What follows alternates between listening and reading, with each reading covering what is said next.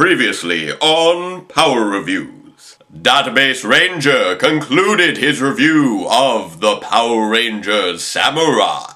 Power Rangers Samurai is a deeply flawed season, despite many hardships. Sneaking all sorts of chemical products, which I'm sure haven't been tested by the FDA, into my system. But one question still eats at his mind. Do I exist? What will the new season bring? Find out next on Database Ranger's Power Reviews. Greetings, Ranger fans, and welcome to Power Reviews. I know I've been a bit out of it during these last 2 weeks, but few things wake me up better than a new season of Power Rangers. Well, sort of a new season. As many of you may know, Power Rangers Samurai is something of an interesting beast. It was adapted from Samurai Sentai Shinkenger, but into 2 seasons instead of 1, making it the only Power Rangers season to adapt only half a Sentai series.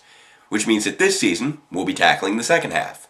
And for the first time since Mighty Morphin, we'll be kicking off a new season with a pre-established Ranger team and power set.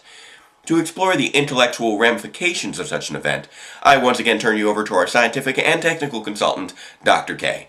Doctor? So I take it we're just going to ignore the events of last week? Yep. Just going to pretend nothing ever happened? You got it. I think I'll just add massive denial to my evaluation then. Go right ahead, don't care, moving on. Now, I obviously have my issues with Power Rangers Samurai, so I do have my trepidations about what a second season may bring. But past seasons have shown me that it's not how you start the race, but how you finish. So, let's hit the ground running on our second lap with the season premiere of Power Rangers Super Samurai. Super Samurai. We begin the season with, what else? Another training sequence.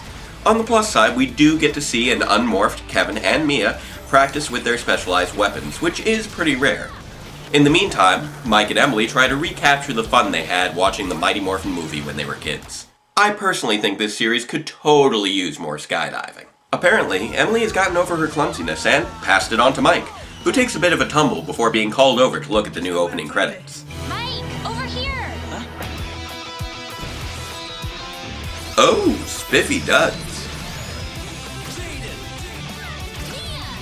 It appears we're going for more battle-hardened Mouseketeers this year. Rapping? Why rapping? I will admit I do like the new clips of the Super Samurai uniforms and upcoming Zord combo. Oh, opening theme, I can't be angry at you. Go, go, Power Rangers! Rangers together! Samurai forever! Ooh, spiffy changing logo. It looks like some time has passed since we last saw the Rangers. Not only has Jaden recovered from his battle with Decker, but he's also taken time to get a haircut as well. He joins the others who have all gathered around a pool of Sanzu river water that has somehow managed to seep through to the human world. As Kevin so eloquently puts it, this is not good. It's a sign that the Nylok are getting stronger, and that things still haven't improved since the Tengen Gate. To make matters worse, Mia finds evidence that a Nylok has been surviving off the puddles of evil. We quickly cut to said Nylok deep in the woods, and sure enough, it's... what's his name again? Arachnator! I'm sorry, who? Arachnator! I banished him for his treason! I think you may have to be a bit more specific. Remember, Arachnator mutated and got supercharged! Oh, you mean that incredibly powerful Nylok the Rangers barely survived facing in the Tengen Gate, disappeared at the end of Boxed In and hasn't been mentioned since? What's he been up to? He's running around like a rabid animal! Well, at least he's keeping busy. And Xandrid hopes he continues to keep busy and forces the Sanzu River to rise even further. Topside, the Rangers continue to follow Arachnator's footprints, realizing why they hadn't received a gap sensor alert to his presence. This Nylok has been here a while. And using those pools of Sanzu water to keep from drying out. Kevin, this should not be a big surprise to you, considering you were the one who first posited. And with pools like these, the Nylok can rehydrate without even going back to the Sanzu River. It seems like everyone on this show is coming down with a case of intermittent plot amnesia. Speaking of which, down at the pier, Antonio's memory gets jogged by G. Programming the black box can wait no longer. Wait, why could it wait before? And why did Antonio stop working on it to go fishing? And why does it look completely different now? What is going on? Would you like my diagnosis? No, that's fine. Let's move on. So, Arachnator continues terrorizing livestock while the Rangers track him through the woods. I do actually like how Mike's tracking skills here are a result of the forest being his turf, which is both a nice nod to forest for the trees and proof that not all the Rangers have forgotten the events of last season. They spot the rogue Nylok in a charming little cul-de-sac and morph to take him on. He's the one that got away! Emily, you remain, as always, an excellent source of wisdom and insight. The tentacular spider monster proves too much for them, though, quickly disabling the Rangers and then escaping to wreak more havoc. Much to Mia's surprise. Don't you remember? He mutated. No, Mike. She doesn't remember. No one does. They haven't been watching the show. Even G has forgotten the premise that was established way back in Origins. It looks like Xandrid may be planning to flood the Earth. At least Jaden has retained a few brain cells and plans to ambush Arachnator at the site of the biggest Sanzu leak. But Octoroo has other plans and places a pair of seals on the site, so when the Rangers spring their trap, they suddenly find themselves unable to morph, and the arrival of the Moogers quickly turns the tables against them. I do wonder why Octoroo never tried this before, but that doesn't really bother me because it is a genuinely good plan. After quickly stating the obvious, Something's blocking us from morphing. Kevin spots the seals and he and Jaden quickly move to eliminate them, while the rest of the team engage in a literal game of the floor is lava. Meanwhile, Antonio continues working hard to get the black box operational. He... oh, come on. Like closing your eyes is really gonna make a diff... Really? I stand corrected. He grabs the completed black box and races off to join the others, while Jaden and Kevin destroy the seals to restore everyone's powers. Arachnator's tenacious tendrils are still too much for them though, and the team is once again knocked down for the count. But luck is on their side this time, as Antonio arrives with the black box, allowing Jaden to morph into the eponymous first ever Super Samurai. Scared? You should be! I guess Antonio has finally learned to speak Snarl after boxed in. Sorry, I don't speak snarl. Jaden takes on the Moogers with some spiffy new blur attacks, before finishing them off and going after Arachnator. I really do like the snazzy simplicity of the Super Samurai mode. After being defeated by a super blazing strike, Arachnator comes back as a mega monster, quickly joined by a cadre of Spitfangs and giant Moogers. The Rangers summon their Zords, and join Jaden in chilling the new Super Mega Mode armor. Man, your new uniform looks awesome. Sweet! Yeah, dude, you look super. We get it. Buy the toys. Back to the battle. The Rangers decide to take the black box to the next level and pull off their new Super Samurai combination.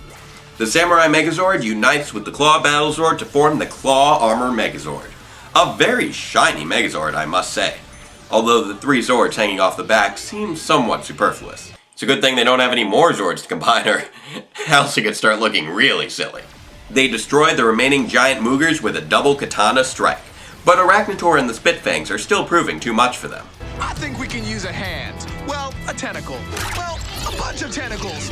Antonio, you just made this weird. So they combine the Octozord with the Beetle, Tiger, and Swordfish Zords to form the Super Samurai Artillery. That's one big cannon! Yeah, but what does it do? What do you think it does? It's a cannon! It makes sushi. We'll go with that. It makes sushi. Actually, what it really does is take out Arachnator and the Spitfangs once and for all. Oh, and I almost forgot about Bulk and Spike's little subplot this week. Maybe running around trying to film these Samurai Ranger fights isn't such a good idea. I bet Bulk is wishing he didn't spend his last penny on that camera. Personally, I would have just tried borrowing one from my neighbor. Thanks a lot, my friend will really appreciate this. I thought you said it was your cousin.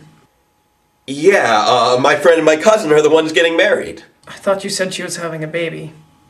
Yeah, actually they're having the wedding at the hospital, so I should really get going. Good thing he didn't have any more follow-up questions. Anywho, let's finish up the episode. Apparently the key to sealing away the Sanzu River is... rocks. Lots of rocks. Don't worry, it's not like there are gaps between them or anything. Emily expresses concern over the Nylok's newfound ability to mutate, which will obviously become a major issue throughout the season, and definitely isn't a case unique to Arachnator. Right? And that's the end of our episode. So what did I think of it? Well, I have mixed feelings on this one. The original points are admirable, and I do want to encourage this form of storytelling for the future, but that story is undercut by both itself and the episodes that led up to it. All the hype for the black box was built up way back during the Tengen Gate and Boxed In, and it would be nearly impossible for that sort of enthusiasm to be maintained over 8 months later. My review of Boxed In tackled how I felt it could have been better handled in that episode, but that's not the only place where I feel the saga of the black box fell flat. The passing visual mention of it in the Ultimate Duel just served to drive home how much of an afterthought it had become to the characters, a sentiment that this episode only reinforces. This could have easily been offset if Antonio had simply received the black box at the end of Boxed In, instead of at the beginning. He still would have spent time working on it off-screen during Broken Dreams, but may not have figured out how to hack it until the Ultimate Duel. By delaying that part of the story until then, it would have not only given Antonio something productive to do, but also given him an added incentive and a set deadline. It really is a shame this 5-episode introduction arc is so self-defeating, especially when I can easily think of another 5-episode introduction arc that was considerably more successful, done by a much less experienced production team, also about 15 episodes into its first season. Overall though, despite all these issues, Super Samurai does seem to be taking a step in the right direction. The stakes are ramping back up with the resurgence of the Sanzu River and the clearly more powerful Nilox, and we finally get some closure on Arachnator and the Black Box. Plus, we do get some nice arsenal upgrades and snazzy new battles to kick off our season. It's just a shame that things were weighted down by repetitive expository dialogue that made so many of the characters seem both forgetful and borderline incompetent. Oh, and speaking of repetitive, Super